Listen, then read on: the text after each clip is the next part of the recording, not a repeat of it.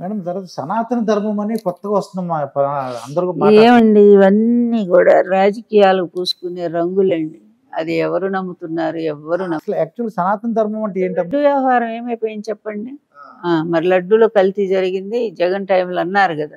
ఏదో ఒక కమిటీ వేశారు ఏం చేశారండి? అంటే సెంట్రల్ గవర్నమెంట్ ఎవరితో కమిటీ వేశారు మేడం. అది కమిటీ నిర్ణయించారు ఏం జరిగింది. కమిటీ ఎప్పుడో అయిపోయింది, ఏమి లేదు, తేలిపోయింది.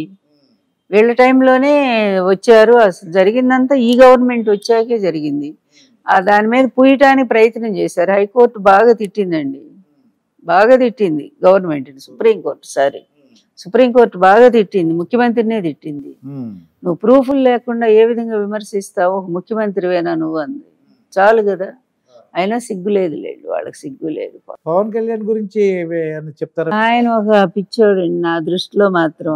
అంటే ఒక పరిపక్వత లేని ఒక లీడర్ అతను. ఆయన ఇప్పుడు డిప్యూటీ సీఎం అండి మనకి. ఎవరైతే ఏమి లేండి, ఇప్పుడు ఏ స్థానంలో ఉంటే ఏమైంది? స్థానం కాదుగా, మెచ్యూరిటీని కదా మనం ఆలోచించాల్సింది.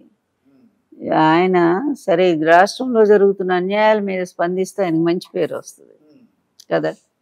ఇన్ని కళ్ళ ముందు మహిళల పక్షాన్ని నేను ఉంటానన్నాడు. 30,000 మంది మరి ఉమెన్ ట్రాఫికింగ్ జరిగిందన్నాడు. తీరా మొన్న అసెంబ్లీలో చూస్తే 30 మంది అన్నారు. వాళ్ళే చెప్పుకున్నారు. 30,000 మంది ఎక్కడ, 30 మంది ఎక్కడ? ఇట్లా ఇష్టం వచ్చినట్టు ఒక అబద్ధాల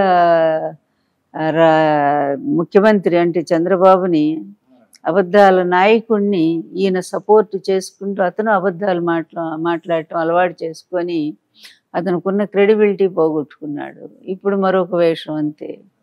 ఫస్ట్ ఏమో ఆయన ఎవరు, చేగువేరా శిష్యుడు అన్నాడు. ఆ తర్వాత కమ్యూనిస్టులు అన్నాడు, అది పోయింది. మాయావతి అన్నాడు, అది పోయింది.